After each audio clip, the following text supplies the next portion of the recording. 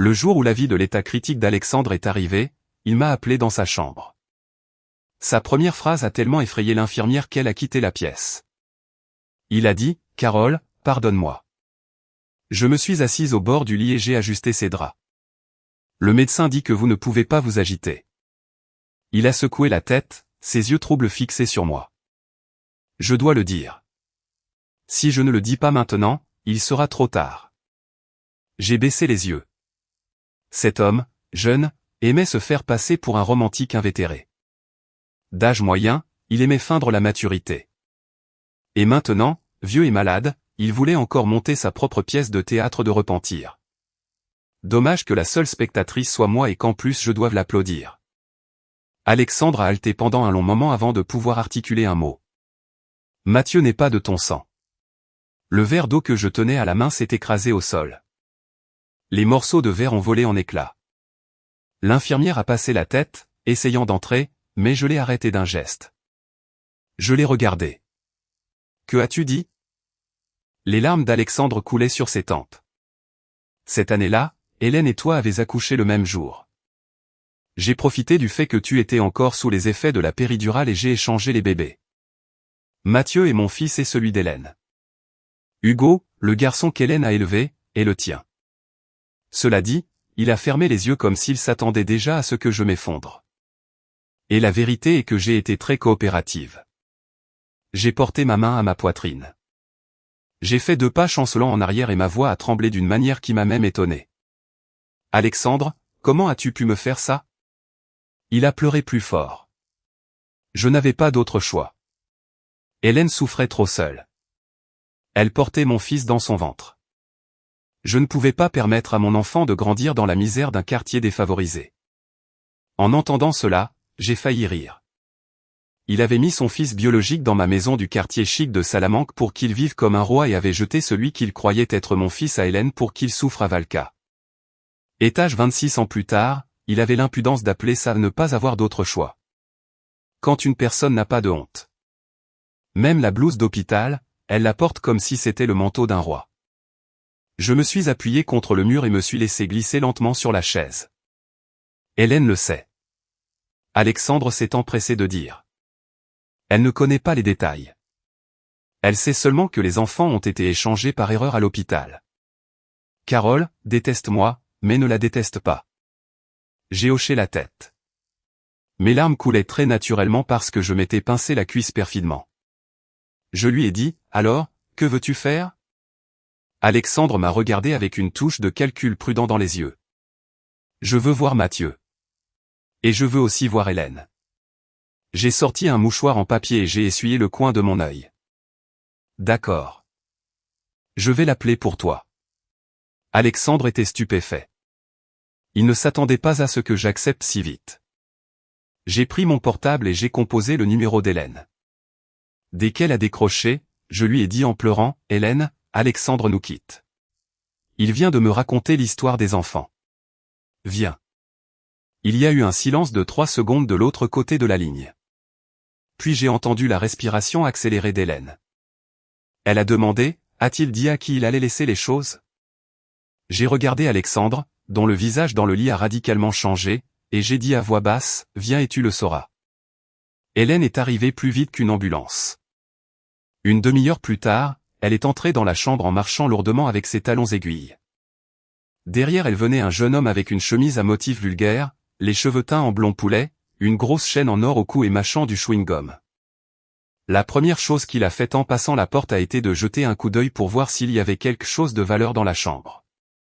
C'était Hugo, le fils qu'Hélène avait élevé pendant 26 ans et aussi le véritable fils biologique d'Alexandre et d'Hélène.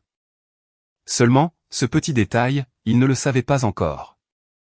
Hélène est entrée et s'est jetée sur le lit en pleurant à chaudes larmes. « Alexandre. Comme tu as maigri. Pourquoi ne me l'as-tu pas dit plus tôt ?» En la voyant, les yeux d'Alexandre ont brillé un instant. Hélène, la façon édulcorée dont il s'appelait m'a tellement embarrassé que j'ai failli creuser un trou dans le sol de l'hôpital. Je suis resté sur le côté, collaborant avec mes yeux rougis. Après avoir pleuré un moment, Hélène s'est enfin souvenue de la raison de sa venue. Elle s'est tournée vers moi. « Carole, tu sais tout, n'est-ce pas ? J'ai hoché la tête. Oui. Elle a soupiré. Je n'imaginais pas non plus qu'il les échangerait par erreur ce jour-là. Mon Hugo a trop souffert toutes ces années avec moi, alors que Mathieu, vous l'avez bien élevé aussi. Dis-moi, comment allons-nous régler ces comptes? Quand elle a dit par erreur, le regard d'Alexandre a vacillé. Il craignait probablement qu'Hélène ne s'échappe, mais Hélène était très astucieuse. Elle s'est lavé les mains et a rejeté toute la faute sur le destin. Hugo s'est assis avec impatience sur le canapé de la clinique et a croisé les jambes. Maman, pourquoi perds-tu ton temps à lui parler? Je suis son vrai fils. Il doit me donner des maisons et de l'argent. Je l'ai regardé. Qu'est-ce que tu veux? Les yeux d'Hugo ont brillé. L'attique du Paseo de la Castellana est pour moi. Et je veux 10 millions d'euros. Ah, et vous avez des actions dans l'entreprise, n'est-ce pas? J'ai aussi ma part. Plus il parlait, plus il s'enthousiasmait. Il a tendu la main pour prendre une orange de Valence du panier de fruits, a mordu dedans, l'a trouvée acide et l'a jetée. Le jus a éclaboussé la jupe d'Hélène. Elle est devenue verte de rage, mais a dû garder sa façade de douceur. Hugo n'a pas beaucoup de manières depuis tout petit. Carole ne lui en tient pas rigueur. Hugo l'a fusillé du regard. Qui n'a pas de manières? Je suis réaliste. Les enfants pauvres mûrissent tôt. Je suis l'homme de la maison depuis plus de 20 ans. Tu me vois avec une tête de riche. Cela dit, il a attrapé un pot de suppléments protéiques sur la petite table. Regarde le prix. 80 € ce truc. Petit, je buvais le lait de marque blanche qui restait chez les voisins. Vous devez me dédommager pour les dommages moraux. Alexandre avait la veine de la tempe qui palpitait en l'écoutant. Moi, en revanche, j'ai baissé la tête pour essuyer mes larmes, retenant mon rire au point de me faire mal à l'intérieur. Quelqu'un comme Hugo, placé dans n'importe quelle scène dramatique de reconnaissance familiale, était une machine de démolition ambulante. Nul besoin de révéler ses défauts. En ouvrant la bouche, il mettait en pièces le filtre de mer abnégate qu'Hélène s'était construit. Hélène a rapidement fait semblant de le retenir. Hugo, ne dis pas ça. Carole vient d'apprendre la vérité et elle souffre. Puis elle m'a regardé d'une voix si douce qu'elle distillait de l'huile. Carole, je suis venu aujourd'hui seulement pour demander justice. Hugo n'a vraiment rien apprécié toutes ces années. Il a quitté l'école sans finir pour travailler et il a récemment contracté des dettes. Toi, en tant que sa mère biologique, tu ne peux pas te désintéresser, n'est-ce pas? Je me suis lentement couverte la bouche. Alexandre est devenu nerveux. Hélène, ne fais pas pression sur Carole. Les yeux d'Hélène se sont rougis. Moi, faire pression sur elle, Alexandre? Moi, une femme seule élevant Hugo. Sais-tu combien j'ai souffert? Hugo est son fils. Je ne l'ai élevé qu'à sa place. Alexandre avait le cœur brisé en la voyant pleurer. Il m'a regardé d'un air suppliant. Carole, Hugo n'a pas eu la vie facile. J'ai baissé la tête, faisant trembler mes épaules. Hugo a éclaté de rire avec mépris. De quoi pleures-tu? Tu as profité de ma mère pendant 26 ans et en plus tu te fais passer pour une victime. Je l'ai regardé, les larmes encore sur le visage. Alors, qu'est-ce que vous voulez que je fasse? Hélène s'est empressée de répondre. Appelle Mathieu en premier. Les garçons doivent savoir. Alexandre lui-même a hoché la tête depuis le lit. Oui, que Mathieu vienne. J'ai sorti mon portable et j'ai envoyé un message à mon fils Mathieu. Ton père va très mal. Viens vite. Hélène regardait l'écran de mon téléphone avec des yeux si brûlants qu'ils faisaient peur. Elle croyait qu'elle était sur le point de rencontrer son fils biologique et j'attendais cette pièce de théâtre depuis 26 ans. Quand Mathieu est arrivé à l'hôpital, il faisait déjà nuit. Il portait une chemise blanche et tenait encore la mallette en cuir qu'il n'avait pas eu le temps de déposer. Dès qu'il est entré, la première chose qu'il a faite a été de me regarder. « Maman, tu vas bien ?» Je n'ai pas répondu. J'ai juste baissé la tête pour essuyer mes larmes. Alexandre lui a fait un signe de la main. « Mathieu, approche-toi. » Mathieu s'est approché du lit, fronçant les sourcils en voyant la pièce pleine de monde. Que se passe-t-il? Hélène ne tenait plus debout à force de pleurer. Elle regardait le beau visage de Mathieu avec des doigts tremblants. « Mathieu, je suis. » Alexandre l'a interrompu. Laisse-moi le lui dire. Il a pris une bouffée d'oxygène et, avec difficulté, a de nouveau prononcé tout son discours. Il a dit que les enfants avaient été échangés il y a des années. Il a dit que Mathieu était de son sang et de celui d'Hélène. Il a dit que Hugo était mon vrai fils biologique. Quand il a eu fini, il y a eu un tel silence dans la pièce qu'on pouvait entendre le craquement du chewing-gum qu'Hugo faisait des bulles. Mathieu s'est lentement tourné pour me regarder. J'ai évité son regard, poursuivant mon rôle de mère souffrante à qui le monde était tombé sur la tête. Hélène n'a finalement pas pu supporter davantage et s'est avancée pour prendre la main de Mathieu. Mathieu, j'ai pensé à toi toutes ces années. Je sais que c'est difficile à accepter, mais je suis ta vraie mère. Mathieu a reculé d'un pas, l'esquivant. Hélène est restée figée. Hugo levait les yeux au ciel sur le côté. De quoi tu parles? Les riches toujours avec leurs bêtises. Maman, s'il te reconnaît. Désormais, des affaires d'Alexandre, je dois en avoir une bonne part. J'ai souffert à cause de lui toutes ces années dans la rue. Il ne devrait pas me compenser? Alexandre a commencé à tousser de rage. Tais-toi. Hugo a frappé la table. Moi, pourquoi tu me cries dessus? Vous me devez ça. Depuis petit, je vis dans un taudis à Valka avec ma mère. À 14 ans, je lavais déjà des voitures et ensuite j'ai dû payer ses dettes de bingo. Vous vivez dans un chalet à la Moraleja et avec des entreprises et maintenant avec 4 belles paroles, tout est réglé. Le visage d'Hélène a radicalement changé et elle a couru pour lui couvrir la bouche. Hugo, j'ai donné un j'aime mental à Hugo. Quel garçon attentionné. Avant que je n'ouvre la bouche, il avait déjà clairement indiqué le genre de vie qu'Hélène menait.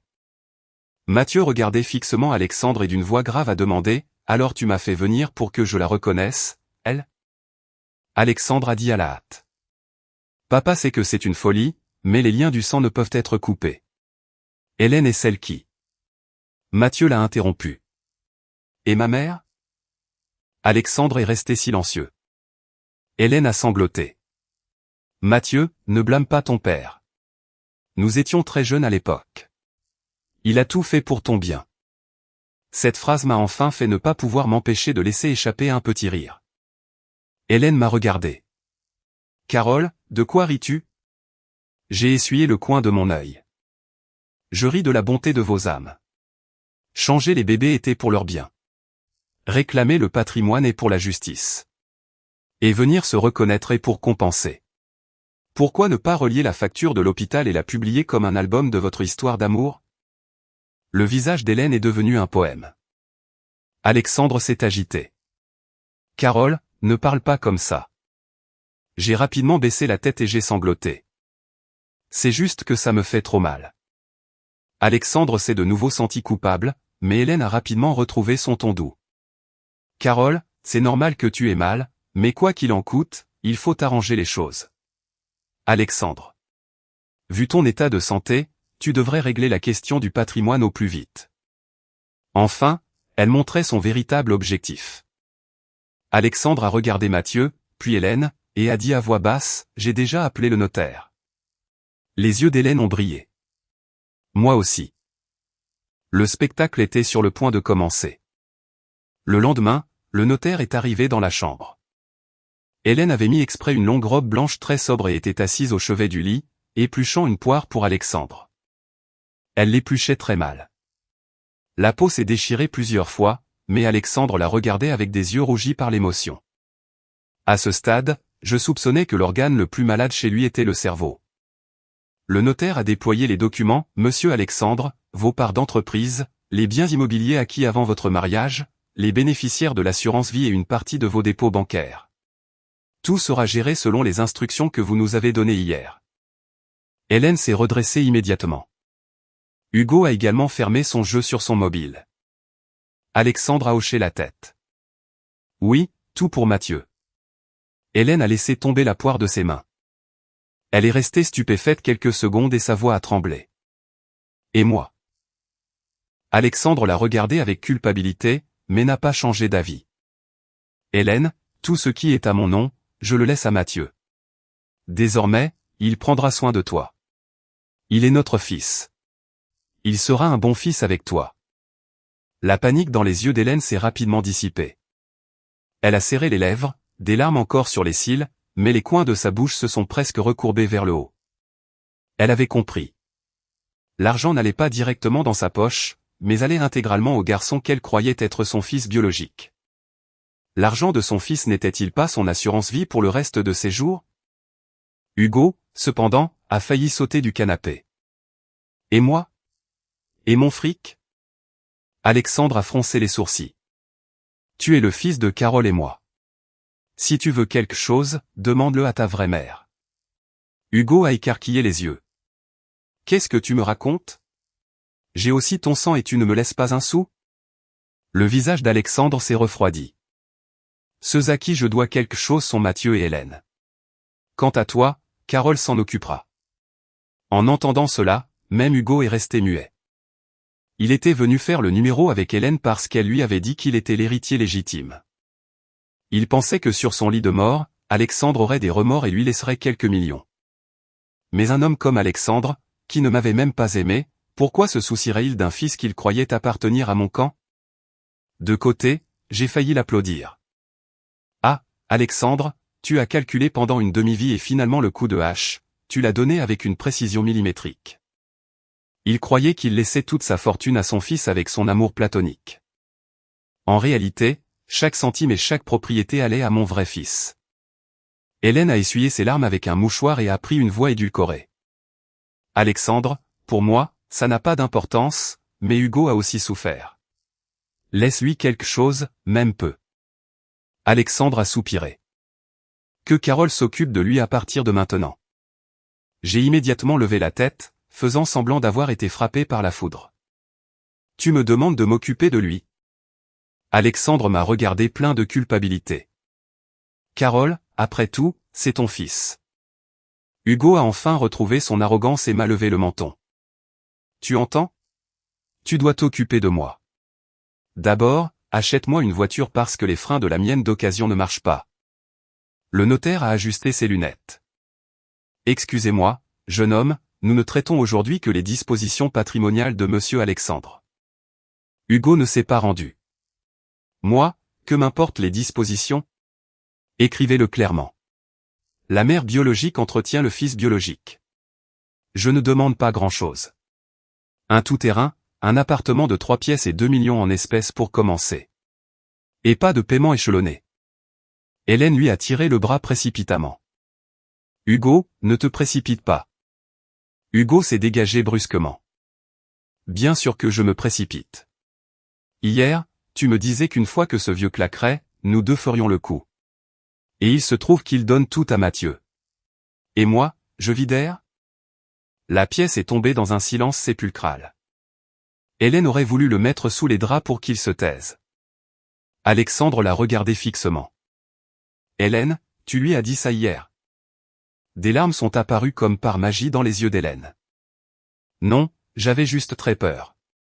Alexandre, tu sais que je ne m'explique pas bien et Hugo dit toujours des bêtises.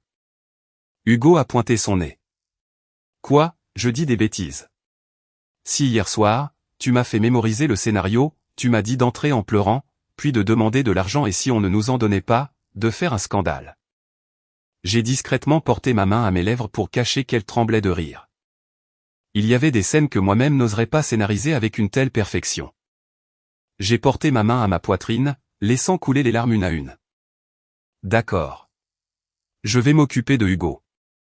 Hugo était satisfait. Hélène aussi. Pour elle, elle pouvait enfin me jeter ce sac d'ordures qu'était Hugo, tandis que la mine d'or qu'était Mathieu reviendrait tôt ou tard à elle, sa mère biologique. Le notaire a continué à confirmer les documents. Mathieu est resté debout près de la porte sans dire un mot. Le notaire s'est éclairci la gorge. Monsieur Alexandre, nous signons. Alexandre a fermé les yeux un instant et a apposé sa dernière signature. Hélène a fixé le stylo, les yeux débordant de triomphe, mais je savais que plus elle rirait maintenant, plus le coup serait dur quand elle tomberait.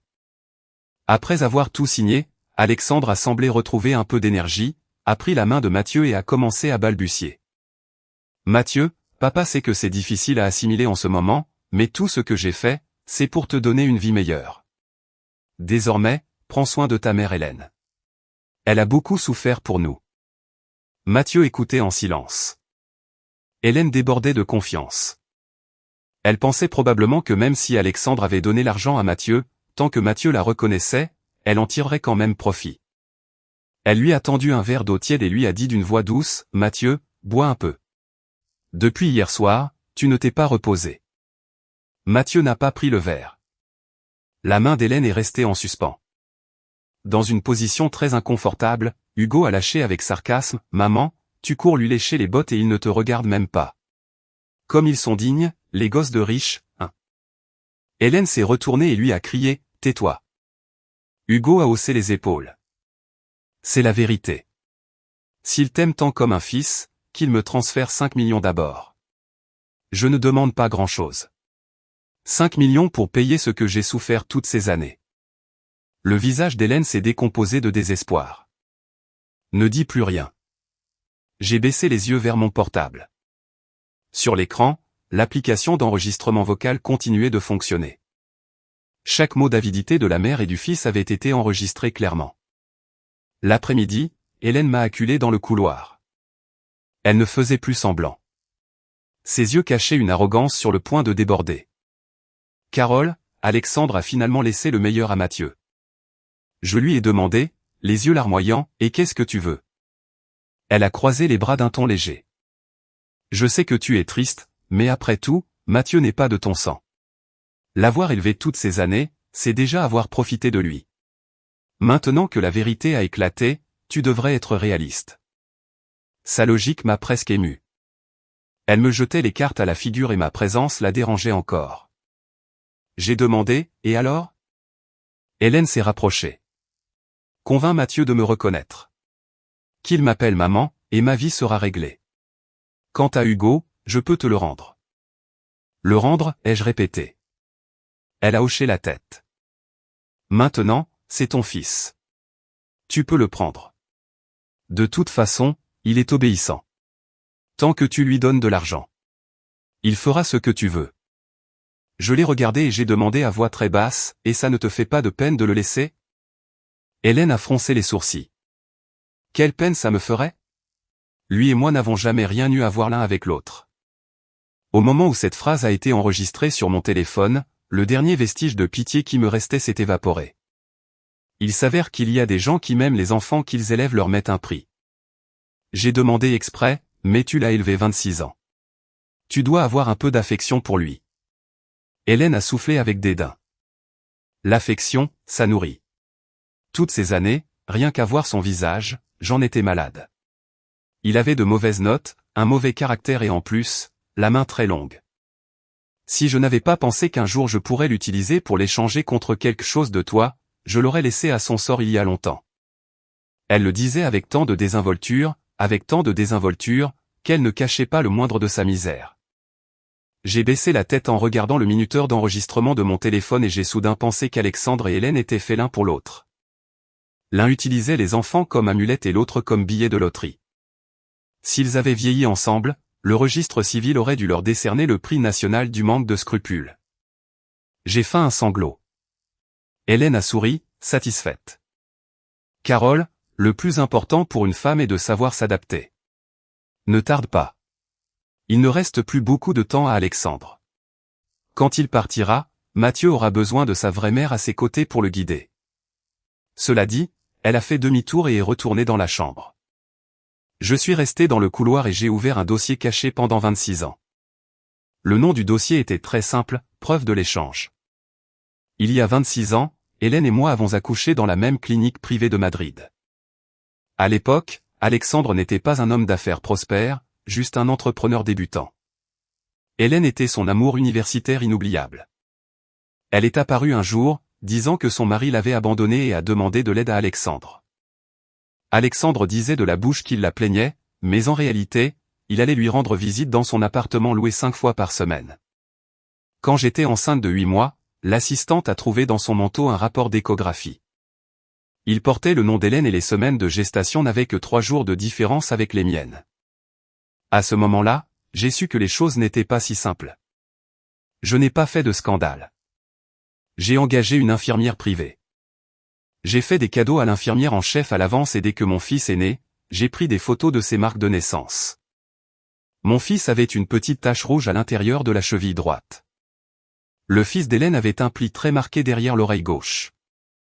À 3 heures du matin, je me suis réveillé de l'anesthésie et j'ai découvert que la cheville du bébé qui était à mes côtés était complètement propre. À ce moment-là, j'ai été trempé de sueur froide. Je n'ai ni crié ni pleuré. J'ai appuyé sur la sonnette et j'ai dit à l'infirmière que le bébé avait régurgité du lait. L'infirmière l'a emmené pour le nettoyer. Supportant la douleur des points de suture, je suis descendu du lit et j'ai glissé jusqu'à la chambre d'à côté. Hélène dormait profondément. Alexandre était appuyé sur son lit. Encore avec les 2 bracelets d'identification des bébés serrés dans sa main, j'ai vu la tache rouge sur la cheville du bébé qui était dans ce berceau et mon âme est revenue à mon corps. J'ai sorti les bracelets de rechange que j'avais déjà préparés et j'ai de nouveau échangé les bébés. Puis je suis retourné dans ma chambre et j'ai fait semblant de me réveiller.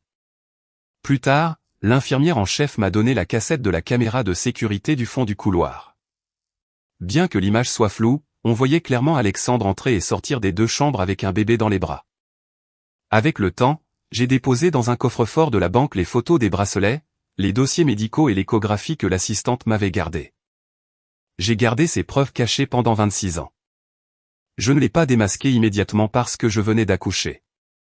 Mes parents sont tombés gravement malades l'un après l'autre et l'argent de ma famille était lié aux entreprises d'Alexandre. Je devais d'abord survivre et aussi m'assurer que mon fils grandisse en sécurité.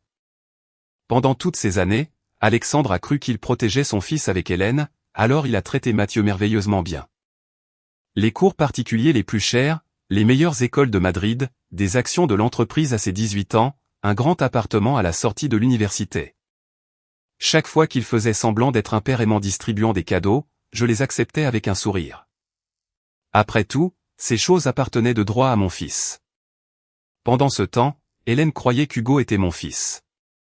Elle le haïssait, le méprisait, se défoulait sur lui et l'utilisait pour obtenir de l'argent. Elle seule a transformé son fils biologique en un bon à rien qui ne savait que tendre la main pour demander de l'argent. J'observe cela depuis de nombreuses années. Et parfois, je pense que le karma a beaucoup d'humour. Maintenant, Alexandre était en train de mourir. Hélène voulait s'asseoir à la table pour partager le butin. Moi, bien sûr, j'allais lui donner les couverts, même si ce qu'il y avait dans l'assiette n'était pas précisément un délice. Le 3e jour après la signature de tous les documents, l'état d'Alexandre s'est drastiquement aggravé. Le médecin nous a appelés à son bureau et nous a gentiment suggéré de tout préparer pour les funérailles. Hélène pleurait plus inconsolablement que moi. Elle s'est jetée sur le lit d'Alexandre, répétant « Alexandre, ne pars pas ». Et entre les deux, elle n'oubliait pas de regarder Mathieu.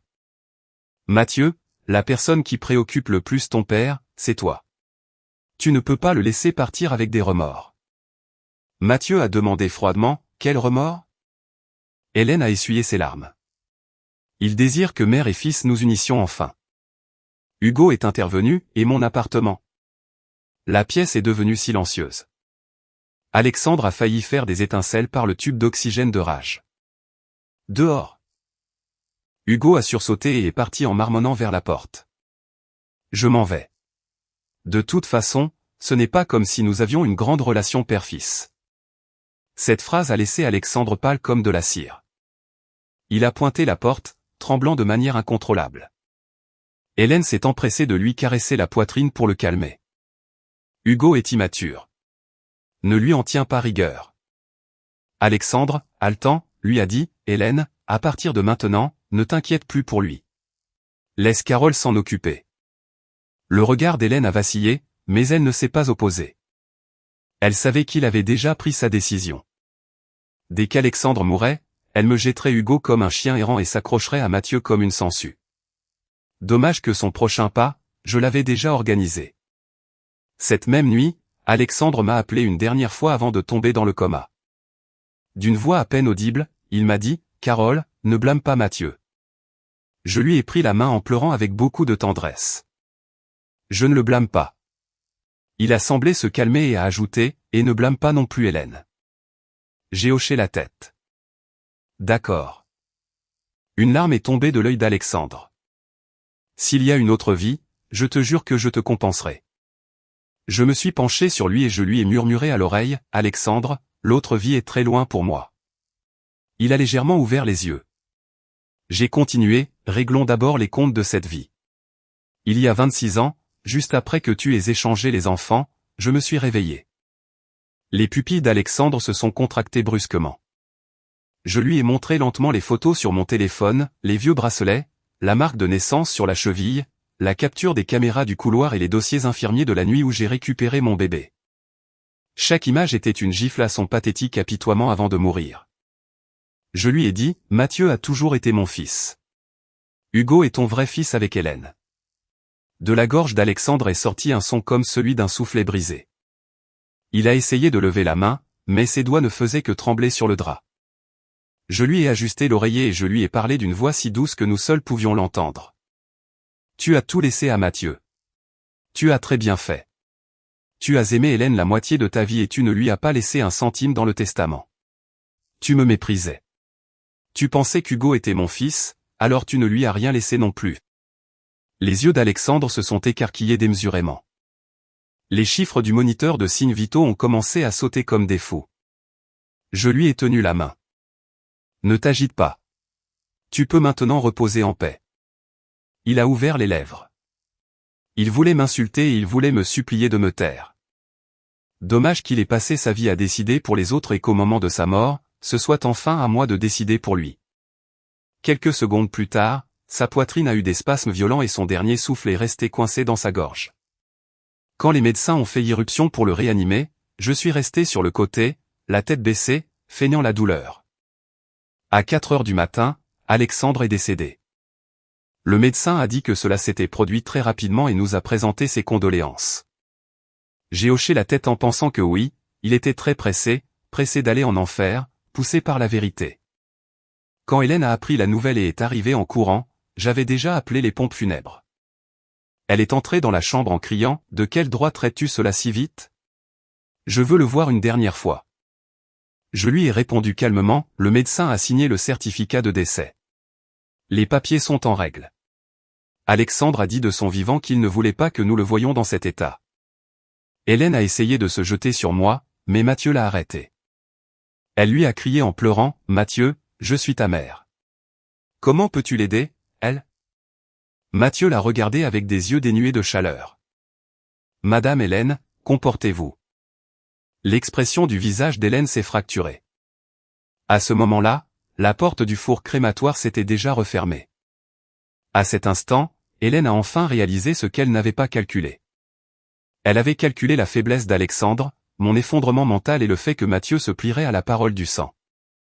Mais elle n'avait pas calculé que je fais les choses rapidement, du certificat au transfert, en passant par la veillée express et le rendez-vous au crématorium, tout légalement et avec les signatures correspondantes.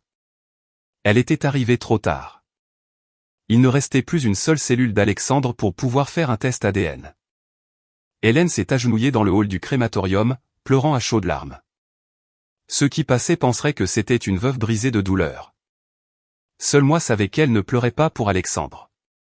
Elle pleurait pour la porte qui venait de se refermer, derrière laquelle se trouvait l'argent qu'elle avait désiré toute sa vie. Le deuxième jour, après l'incinération, Hélène s'est présentée chez moi avec Hugo pour faire un scandale. Elle était vêtue de noir de la tête aux pieds, les yeux gonflés et rouges, lui donnant un air de veuve affligée. Si ce n'était pas pour Hugo filmant un direct avec son portable derrière elle, l'effet aurait été encore meilleur. Hugo criait à la caméra, « Les gars, regardez ça. Ma mère biologique me vole l'héritage de mon père et ne me reconnaît pas. » J'ai ouvert la porte. « Qui est ton père ?» Hugo s'est étranglé. Hélène a immédiatement sangloté, « Carole, n'exagère pas, Hugo est ton fils biologique. Tu ne peux pas le rejeter. » Je les ai laissés entrer. Dans le salon étaient déjà assis l'avocat et un notaire. Hélène est restée pétrifiée. « Qu'est-ce que cela signifie ?» Je me suis assise sur le canapé. « Vous vouliez parler ? » « Non. » « Asseyons-nous et parlons. » En voyant les avocats, Hugo a baissé d'un ton, mais a continué avec arrogance. « D'accord, parlons. Commençons par la maison. Je veux celle de la Moraleja. » J'ai regardé Hélène. « Tu penses la même chose ?» Hélène a mordu sa lèvre. « Carole, Hugo a ton sang. Avec tout le patrimoine que tu as, lui donner un appartement, ce n'est rien. J'ai allumé la télévision. Sur l'écran a commencé à être diffusé l'audio avec la vidéo du couloir de l'hôpital. On a d'abord entendu Hélène dire, après tout, Mathieu n'est pas de ton sang. Tu devrais être réaliste. Puis elle a dit, je peux te rendre Hugo. Et enfin, le joyau de la couronne, quelle peine ça me ferait? Lui et moi n'avons jamais rien eu à voir l'un avec l'autre. Hugo a brusquement tourné la tête pour la regarder. Hélène est devenue blanche comme un mur. Tu m'as enregistré? J'ai souri. Oui, c'est une habitude. Hugo a pointé sa mère. Qu'est-ce que ça signifie? Tu savais déjà que nous n'étions pas de la même famille. Hélène a paniqué. Hugo, laisse-moi t'expliquer. J'ai posé un dossier scellé sur la table basse. Il contenait les photocopies des bracelets d'il y a 26 ans, les dossiers médicaux et les captures d'Alexandre entrant dans les chambres. Avant que tu n'expliques quoi que ce soit, regarde ça. Hélène s'est jetée pour l'attraper, mais l'avocat l'en a empêché. Je lui ai dit lentement, il y a des années. Alexandre a vraiment fait l'échange, mais peu après, je les ai de nouveau échangés. Hélène est restée figée. Hugo est resté stupéfait lui aussi. J'ai regardé Hélène, prononçant chaque syllabe. Donc, depuis le jour de sa naissance jusqu'à aujourd'hui, Hugo a toujours été ton fils biologique. Le salon est tombé dans un silence sépulcral. Le portable avec lequel Hugo diffusait en direct est tombé au sol. L'écran affichait toujours des commentaires. Il a ouvert la bouche et a mis un long moment à articuler. Et Mathieu? J'ai souri. Mon fils. Hélène s'est appuyée sur la table en chancelant. Enfin, elle a tout compris. Elle était à l'hôpital, se délectant, pensant qu'Alexandre avait mis tout son patrimoine à son fils biologique, mais c'est le mien qui avait tout emporté. Elle, avant qu'Alexandre ne meure, n'avait réussi à obtenir ni un appartement, ni un compte, ni un paquet d'actions. Elle n'avait même pas eu le temps de faire un test de paternité. Alexandre était déjà des cendres et le distributeur automatique dont elle espérait vivre le reste de sa vie s'était envolé par la cheminée. Hugo a perdu toute couleur. Il a regardé Hélène d'une voix tremblante. Tu pensais que nous n'avions pas le même sang? C'est pour ça que petit, quand j'avais de la fièvre, tu m'enfermais dans la chambre en disant que si je tenais le coup, je vivrais. Et sinon, tu te débarrasserais d'un fardeau. Les lèvres d'Hélène ont tremblé. Je n'avais pas d'argent à cette époque. Mais tu en avais pour le bingo. Hugo l'a pointé du doigt. À l'école, quand j'ai été renvoyé, tu as passé la nuit à jouer aux cartes. Tu as dit que j'étais une ordure et que payer pour mon éducation, c'était jeter de l'argent par les fenêtres. Hélène, désespérée. N'en parle pas devant ces gens. Hugo a éclaté d'un rire amer et a fondu en larmes. Jean? Qui est de trop dans cette maison? J'observais froidement depuis le canapé. Ces retrouvailles mère-fils qui arrivaient 26 ans trop tard n'ont eu ni embrassade ni excuse, seulement des misères jetées à terre. Hélène a poussé un cri et s'est jetée sur moi. C'est impossible. Tu me mens. Mathieu est à moi. J'ai levé la main et l'avocat a ouvert un autre document. Peu importe si vous le croyez ou non. Alexandre a été incinéré. Si vous voulez prouver qu'Hugo a une relation de parenté avec lui, vous devrez présenter des preuves valables devant un tribunal. Le sang a complètement fui du visage d'Hélène. Je lui ai rappelé à voix basse, mais vous ne les avez pas. Ce même jour, Hélène a perdu la moitié de la tête. Elle a d'abord appelé la police nationale m'accusant de détruire des preuves. Les agents sont arrivés, ont écouté toute l'histoire, ont vérifié le certificat de décès d'Alexandre, les papiers de l'incinération et les documents légaux de transfert de biens et n'ont pu que lui conseiller de s'adresser aux tribunaux. Hélène a attrapé le policier par la manche en pleurant, mais Hugo est vraiment le fils d'Alexandre. Je peux le prouver. Je peux le prouver. Le policier a demandé, avez-vous un test de paternité? N'avez-vous pas un document signé de son vivant par le défunt reconnaissant le garçon? N'y a-t-il pas un parent direct vivant pour comparer des échantillons d'ADN? Non plus. Les parents d'Alexandre étaient morts depuis longtemps et il était fils unique. Alexandre avait la manie de brûler ses ponts et au passage, il a laissé Hélène piégée dans une impasse légale. Hugo a enfin réagi. Il s'est approché en courant et a attrapé Hélène par les épaules. Donc, je suis vraiment ton fils? Toutes ces années à me frapper, à m'insulter, à dire que j'étais un fardeau et que je n'arrivais pas à la cheville de Mathieu. Tu disais ça à ton vrai fils? Hélène s'est bouché les oreilles. Non, non, ce n'est pas vrai. Elle a reculé en heurtant la table et est tombée lourdement au sol. Je l'ai gentiment corrigé, ne le niez pas. Hier même, vous avez dit que vous pouviez me le rendre. Les yeux d'Hugo se sont injectés de sang. Il a lâché un juron, la voix complètement brisée. Pourquoi vous me prenez tous les deux? Tu m'amènes ici pour me ridiculiser et il s'avère que l'argent n'est pas pour moi et je n'ai même pas de mère. Il n'avait pas beaucoup étudié. Il avait un mauvais caractère, il était paresseux et il aimait parier. Mais aussi pourri que puisse être une personne, entendre sa propre mère le traiter comme de la merde pour l'échanger de main en main. Ça fait mal. La seconde d'après, il a levé la main et a giflé Hélène d'une gifle retentissante. Hélène s'est tenue la joue en le regardant stupéfaite. Hugo a rugi, tu as ruiné ma vie. Il avait à moitié raison. Hélène l'a ruiné. Alexandre l'a ruiné aussi. Bien sûr, pour son casier judiciaire de toutes ces années, il était le seul responsable. Je n'avais aucun intérêt à voir mère et fils se battre dans mon salon. J'ai donc appelé le concierge de la sécurité pour les faire partir. Avant de sortir en étant traînée, Hélène s'est soudainement agenouillée devant Mathieu. Mathieu, Hugo est ton frère de sang. Mathieu a enfin souri. Mon frère? Où sont les preuves? Le visage d'Hélène s'est complètement fané. Elle a voulu dire autre chose, mais Mathieu avait déjà tourné le dos. Ne réapparaissez plus jamais devant ma mère. À ce moment-là, la façon dont Hélène le regardait était pleine d'un désespoir absolu. Hélène ne s'est pas rendue. Elle est allée au tribunal pour nous poursuivre en justice, exigeant le partage de l'héritage d'Alexandre et la reconnaissance de paternité d'Hugo. Mais Alexandre avait déjà transféré ses actions de son vivant et changé les bénéficiaires de ses polices d'assurance au nom de Mathieu. Les propriétés antérieures au mariage avaient également été formellement données à mon fils. Du peu qui restait à la banque, je me suis chargé de le disposer selon le testament. Hélène n'avait pas de test ADN ni de documents signés et sa relation avec Alexandre était basée sur 4 vieilles photos et des messages WhatsApp ambigus. Ces choses ne servaient qu'à démontrer à quel point ils étaient répugnants tous les deux, mais n'avaient aucune validité juridique pour qu'Hugo hérite de quoi que ce soit. Et le meilleur de tout, c'est qu'Hugo ne voulait rien savoir des avocats. Il était endetté jusqu'au cou.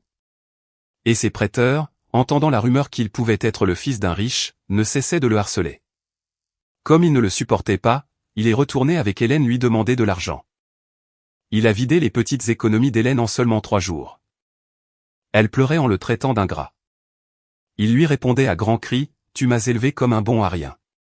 N'essaie pas de te débarrasser de moi maintenant. » Mère et fils se disputaient à grands cris tous les jours. Les voisins ont enregistré les altercations et les ont diffusées sur le groupe WhatsApp du quartier.